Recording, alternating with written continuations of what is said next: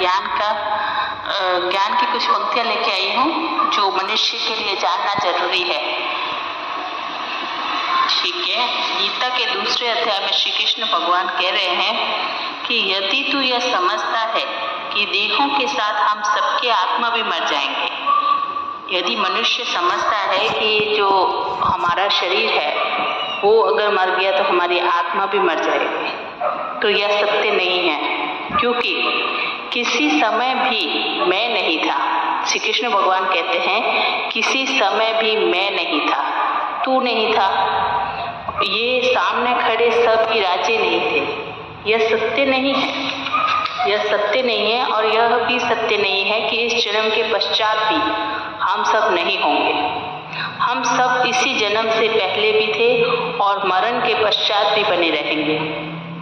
देह से आत्मा भिन्न वस्तु है, देह से आत्मा भिन्न वस्तु है। वह एक सूक्ष्म सत्ता है और तीनों लोकों में एक रस अमृत है। उसके स्वरूप का मरण कदापि नहीं होता, आत्मा का मरण कभी नहीं होता, ये श्री कृष्ण भगवान कह रहे हैं। वह तो सव्य अखंड अमर जीवन है। जन्म मरण तो देह और आत्मा के संयोग वियोग से केवल काया में कहे गए हैं।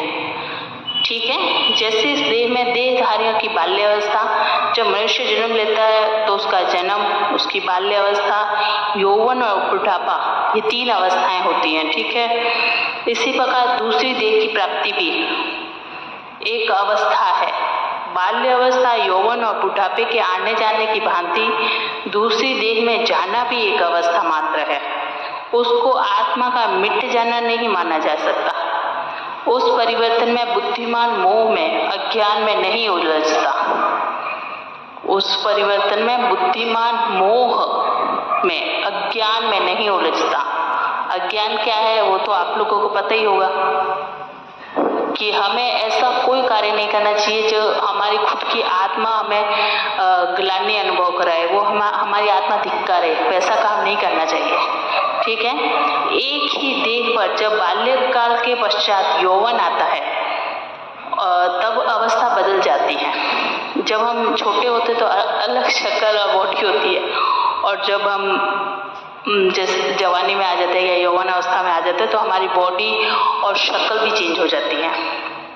बाल काल की कोमलता नहीं रहती, जब हम जवान हो जाते हैं तो वो बाल्यकाल वाली कोमलता नहीं रहती। इसी प्रकार जब देह पर वृद्धावस्था छा जाती है, और वही सेम चीज़ है कि जब हम जवान होते हैं ना, वो वाली अवस्था बुढ़ापे में नहीं होती। जैसा बुढ़ापा होता है वैसी जवानी नहीं होती है।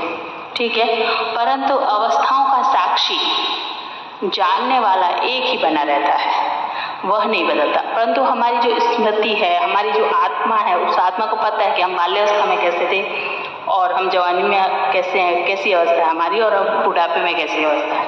ठीक है, इसी प्रकार मरना भी एक अवस्था, परिवर्तन मात्र है, उसमें आत्मा का नाश नहीं होता। ठीक है ना, जब हम मरते हैं तो आत्मा का नाश नहीं होता। हाँ, शरीर का नाश होता है परंतु आत्मा का नहीं होता, क्योंकि आत्मा तो अमर है। जब मरण जीवन केवल अवस्था परिवर्तन है तो सुख दुख क्या है और किसको होते हैं, इसके संबंध में महाराज ने कहा, हे कुंती पुत्र, इंद्रियों के जो रूपादि विषयों के साथ संयोग है, शीत उष्ण सुख दुख देने वाले हैं। इंद्रियों की वृत्तियों का बाहर के विषयों के साथ संयोग ही अनुकूल प्रतिकूल भाव का कारण है। वे विषय उत्पत्ति नाशवान है, अनित्य है। हे भारत, तू उनको विचार से सहन कर। देखने सुनने आदि के भाव से जब चित्रवृत्ति रूपादि विषयों में जाती है तो उनमें तादाकार हो जाती है। मतलब रूपादि विषयों में तादाकार का मतलब है देखने सुनने आदि के भाव से जब चित्रवृत्ति, हमारी जो चित्त होता है ना, चित्त सबकॉन्शियस माइंड, रूपादि विषयों में जाती है, ठीक है, तो उनमें तदाकार हो जाती है, तो उसमें ना सम्मिलित हो जाती है, मतलब कि उसमें समाहित हो जाती है।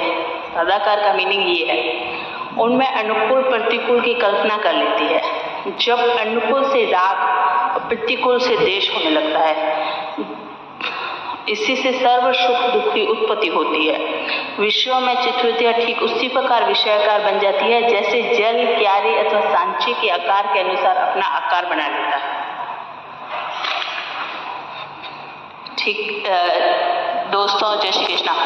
आज के लिए फिर मिलेंगे दूसरे अध्याय के ही हम अगले पड़ाव की तरफ जाएंगे, जिसमें क्या है कि भगवान अवस्थाएं बता रहे हैं और बहुत कुछ है। तो अगले वीडियो में मिलते हैं। जय श्री कृष्णा। अगर आपको पसंद आए तो लाइक करना, सब्सक्राइब करना और कमेंट भी करना कि मेरे में क्या मिस्टेक है या मैं क्या नहीं समझा पा रही हूँ। ठीक है।